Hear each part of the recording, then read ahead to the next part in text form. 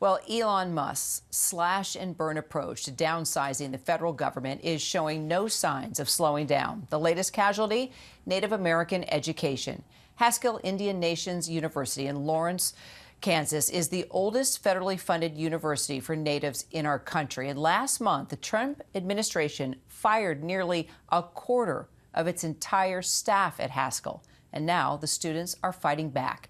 They're taking Trump to court, claiming the sudden firings left several courses without instructors and left no maintenance people to deal with power outages. There were overflowing trash cans and badly discolored water. Joining me now, Ella Bowen, member of the Sault Ste. Marie tribe of Chippewa. She's a freshman at Haskell Indian Nations University and one of the students suing the Trump administration. She joins me along with attorney for the nonprofit Native American Rights Fund, Jacqueline DeLeon. Glad to have you both. Ella, let's start with you. What are things like at school right now? I think the overall feeling of the student body here is fear. We're all scared. Scared about what in particular? Are you scared about what's about to come? Are you scared at the fact that you've lost teachers, even your championship-winning basketball coach for a while? I understand coach has been able to come back, but give me details about what's on your heart and what's worrying you and students the most at this moment. Right now, we have 918 students this spring semester, and that's 918 Indigenous students that are afraid that we won't be able to come back next year. We're afraid that our education is at stake, and we don't know what this means for the future of Indian country, really. And so, Ella, tell me about the layoffs and how they've impacted you personally. How did your daily life change from an educational aspect? So personally, my academic advisor, she was laid off. She helped me various times through financial, circumstances. She had mental health workshops going on for students. She had tutoring. The whole Student Success Center was put off as 3 out of 4 coaches got laid off. Um, I think it really just affected who I was able to go to on campus for help, whether that be with school, money, or just to talk to. Really, it really impacted campus life here. So your financial aid wasn't even dispersed, is that right? It was delayed for about a month and a half, I'd say. I know some students here still haven't got any of their financial aid, and that's just terrible.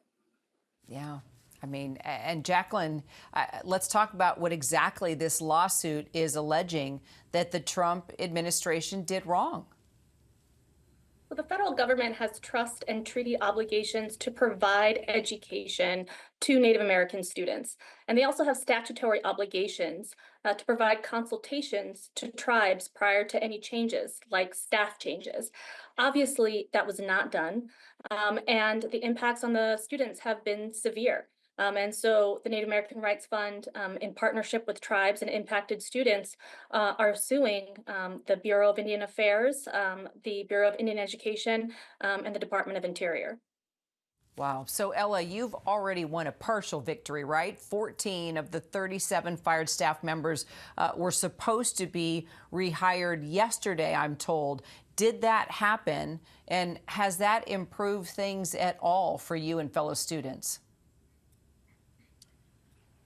I know that some professors were hired back. However, it really doesn't cause much improvement around here as we're still missing various residential advisors. We're missing our maintenance crew, counselors, tutorers.